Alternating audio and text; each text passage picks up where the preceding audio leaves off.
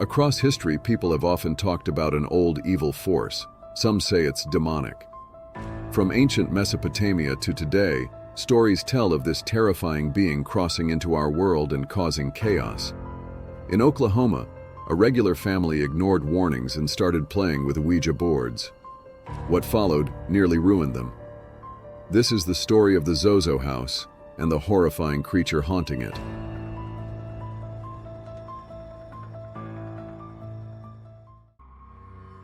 In Oklahoma City, a city known for its blue-collar work and sports, a teenager named Darren Evans lived a regular life. He enjoyed hanging out with friends, pulling pranks, and dating girls like any other teenager. Darren was dating a girl named Brandy, and they spent a lot of time together, walking to and from school or visiting each other's homes.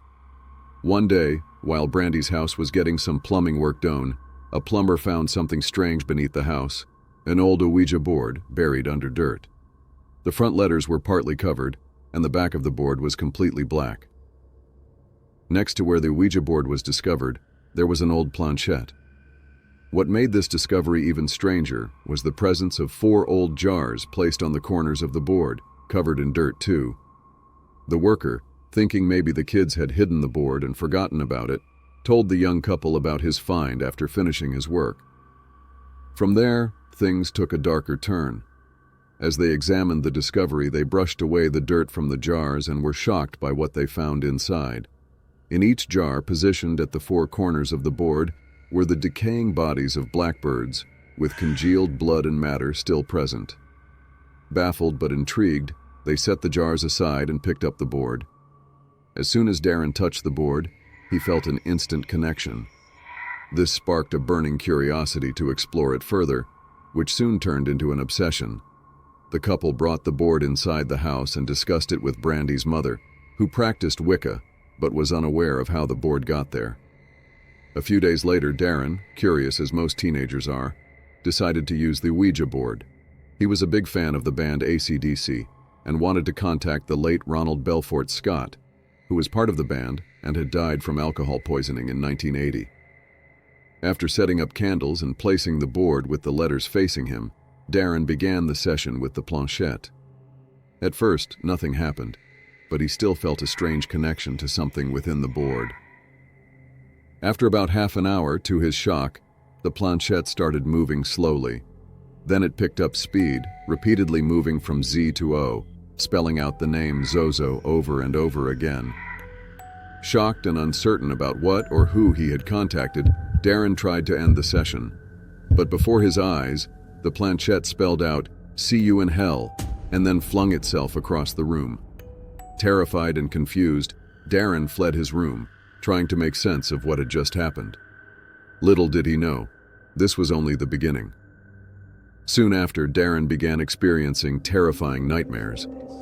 He would wake up unable to move or speak, hearing whispers in his ears. These nighttime episodes were followed by banging and knocking throughout the house during the day. Darren constantly felt like he was being watched by something unseen. Despite the fear he felt, Darren continued to seek answers about what he had uncovered. He kept holding sessions with the Ouija board, for better or worse. He later described hearing deep, terrible moans coming from the walls after these sessions. He developed sleep paralysis and withdrew from society. Despite promising himself he wouldn't touch the Ouija board again, Darren found himself returning to it, unable to resist its pull. When not in use, Darren kept the Ouija board wrapped in a purple silk cloth and stored it in his bedroom closet. However, it often disappeared for days at a time. Whenever he went to retrieve it for a new session, the board seemed to vanish, only to reappear randomly as if it had a mind of its own. Despite these strange occurrences, Darren continued his sessions with the mystical Ouija board over the years. He even started inviting his friends to join him, hoping to prove he wasn't going insane. However, the sessions brought little comfort, especially considering the tragedies that seemed to follow. One of Darren's closest friends was Randy, whom he had bonded with over their shared love for the band AC/DC. Both idolized the late Bon Scott, and their admiration for him may have influenced their lives more than they realized, potentially leading to the downfall of one of them. By this time, Darren had moved into his own apartment and was working in construction. While at a job site, he made a strange yet familiar discovery. While digging, he found a jar buried in the earth. Curious, he wiped away the dirt and debris and was shocked to find it contained a decaying blackbird, similar to the ones he had found years ago alongside of the Ouija board. What made it even stranger was that he found it deep underground. Darren couldn't help but wonder about the odds of such a discovery. His gut feeling suggested there might be some kind of witchcraft or cult involvement, perhaps someone intentionally contacting the entity known as Zozo. But the questions lingered. One evening in 1985, Darren and Randy were hanging out at Darren's apartment when they decided to have a session with the Ouija board. Randy, wearing an AC/DC shirt, hoped to contact his idol Bon Scott. With the lights dimmed and candles lit, they began their session. They started the session with the Ouija board, and it didn't take long for them to make contact. Randy eagerly said, "We want to talk to Bon Scott of AC/DC." To their surprise, the planchette moved in circles before spelling out AYEMATE. Both Darren and Randy were amazed. The entity seemed to be speaking in Australian dialect, just like Bon Scott. As they continued asking questions, they became convinced they were indeed communicating with their idol. The spirit knew intricate details about Bon Scott's life. During the session, the entity made a strange request. It asked them to light a cigarette and place it in the hole in the planchette. This request both amused and spooked them. They lit a couple of cigarettes, one for each of them and one for the entity. After taking a few drags to keep it lit, they placed it in the planchette hole, which then spelled out, "Thanks." They watched in amazement as the cigarette's tip glowed as if Bon himself was smoking it. But their joy turned to fear when the planchette spelled out something different. It spelled, "F you, Randy. I will have your soul, and I'll see you in hell. Zozo." Terrified, they ended the session quickly and threw the board outside the balcony door. Randy, shaken and angry, cursed out Zozo with rage. Later, their downstairs neighbor returned the board. After this session, both men faced difficulties. Randy, influenced by his idol's lifestyle, struggled with alcoholism and ended up divorcing his wife, with split custody of his son. Despite opportunities, Randy felt trapped and unable to improve his life. In 2005, for old times' sake, the two friends had one last Ouija board session. Randy asked the board how he would die, and it spelled out, "In a car at night alone." In 2007, after spending the evening together, Randy's last words to Darren were, "Darren, I will see you in hell." The next morning, Darren received a call from Randy's girlfriend, Alicia, informing him that Randy never made it home and had died in a violent head-on collision, a car accident at night. Randy's sudden death, coupled with Darren's frequent encounters with the entity known as Zozo over the years, fueled Darren's fascination and almost obsession with finding answers. During this time, Darren lived in a house in Oklahoma City that would become synonymous with the demon's name. In this house, Darren experienced the worst of the entity's afflictions on himself and his family. His interest in the occult led him to keep multiple Ouija boards and other occult objects. He delved deeper into studying to understand who or what Zozo was. However, his research was interrupted when the entity once again made its presence known during a session with his wife, Kathleen. This time, it seemed to possess Darren, causing distress to their family, including their young daughter who slept in the next room. Kathleen shivered in fear. Her breath held as she stared into Darren's eyes, which seemed to hold something otherworldly. Suddenly, Darren turned violent, trying to attack her. Thankfully, Kathleen managed to escape unharmed, saying goodbye before fleeing. Minutes later, Darren returned to himself, with no recollection of what had happened. After this incident, things took a darker turn. Strange sounds echoed throughout the house. Knocks, hisses, footsteps, and banging, all seemingly coming from nowhere. The family became terrified and decided to designate a bedroom upstairs as their safe room. One night, not everyone was in the safe room. Darren, feeling an overwhelming sense of terror, rushed to gather his family. As he headed towards the stairs, his daughter appeared at the foot of the stairs. To his horror, Darren watched as invisible hands lifted her into the air and carried her away from him. Screaming for his child and hearing her cries from the basement, Darren raced downstairs, frantic to find her. He struggled with the locked door but managed to force it open with sheer strength. He found his hysterical child and rushed her to the safety of the designated room. The family huddled together, terrified, as strange noises continued to echo through the house. After this horrifying ordeal, the family knew they had to leave the house. The terrifying experiences, including the encounter with Zozo, sparked Darren's lifelong fascination with the occult and his quest to understand the entity. However, he faced a dilemma.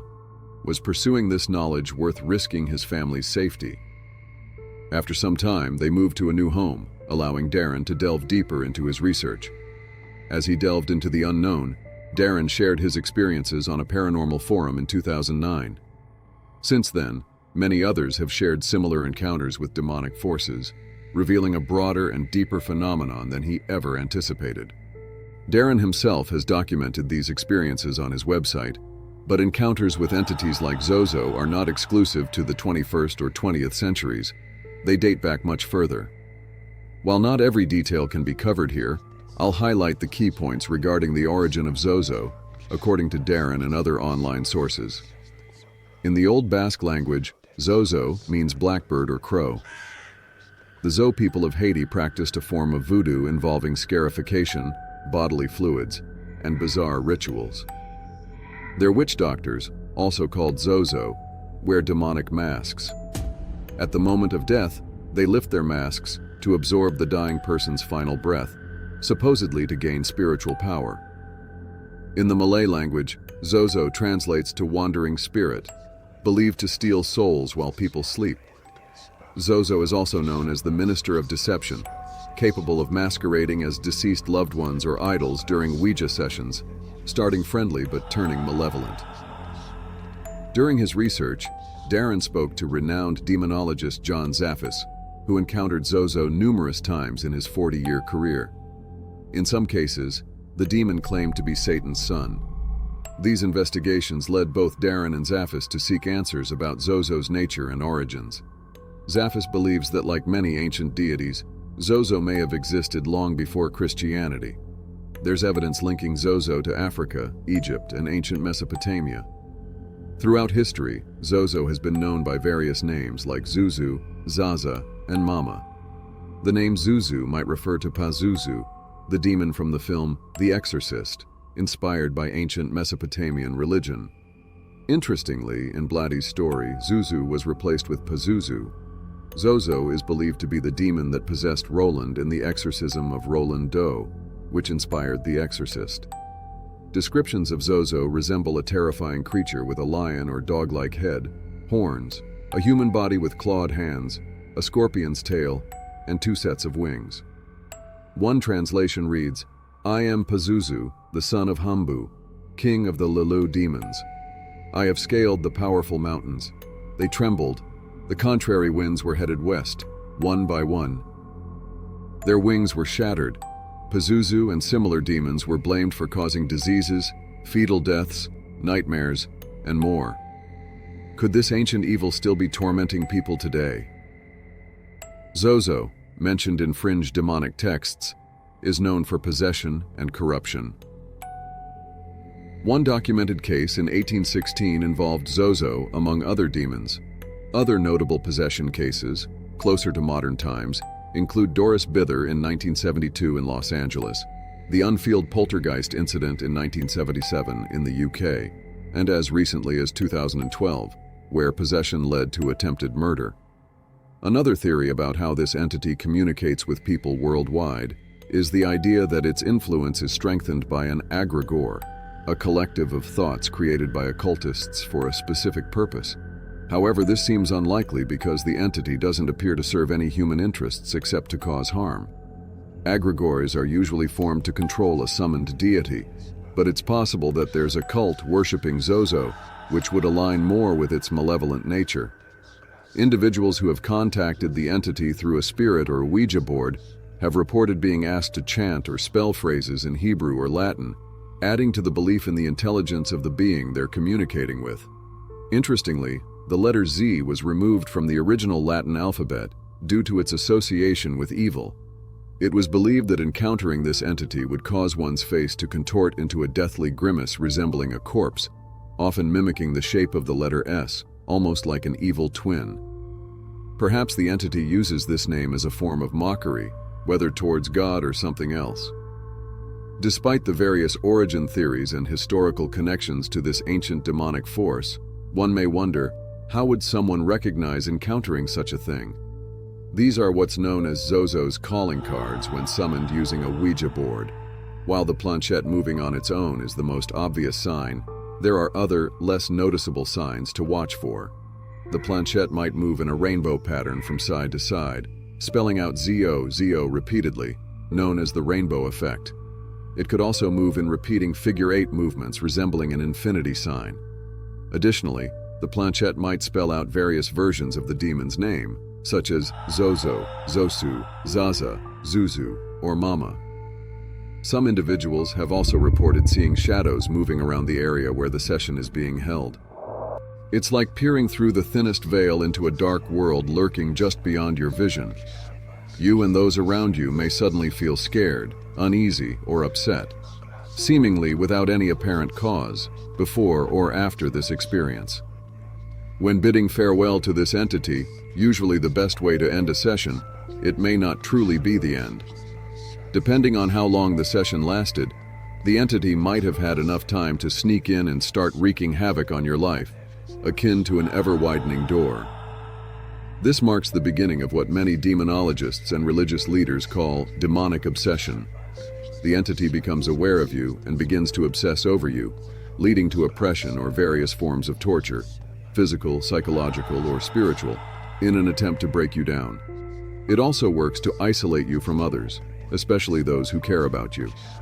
And if you're incredibly unlucky, it may lead to possession, where the entity takes control of you as its vessel, which is absolutely terrifying in every way imaginable. Darren Evans continues to research the Zozo phenomenon to this day. He has been involved in numerous paranormal investigations, shows, public and private events, as well as radio shows and podcasts. Much of this information comes from various interviews, where Darren Evans shares his encounters, along with those of others, and provides historical context. In 2016, he compiled his years of research and experiences into a book titled The Zozo Phenomenon, offering further insight into the entity and the topic as a whole for those interested. Additionally, I gathered information from an older website run by Evans, although it hasn't been updated recently. Nonetheless, it provided valuable information for crafting a cohesive story. Some of the photos of the apparitions were sourced from this site, including those taken by Evans himself over the years. So, does this demon or ancient force truly exist? Is it an elder god, a pre-Christian deity, a manifestation of occult or Luciferian practices? Or did Darren Evans fabricate it all? And did thousands of people find it intriguing enough to fabricate their own stories and participate in a mass charade that has lasted for years? The answers to all these questions may never truly be known, but here's my take. Considering the myriad of strange coincidences and historical accounts, from its ancient origins to present-day encounters reported by thousands of people across various backgrounds, including casual enthusiasts, religious scholars, and demonologists, I believe there's a strong possibility it could be real.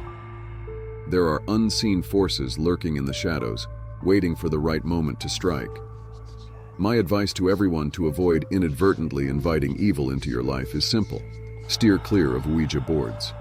They're not mere toys, and whether you acknowledge it or not, these entities are out there, paying attention.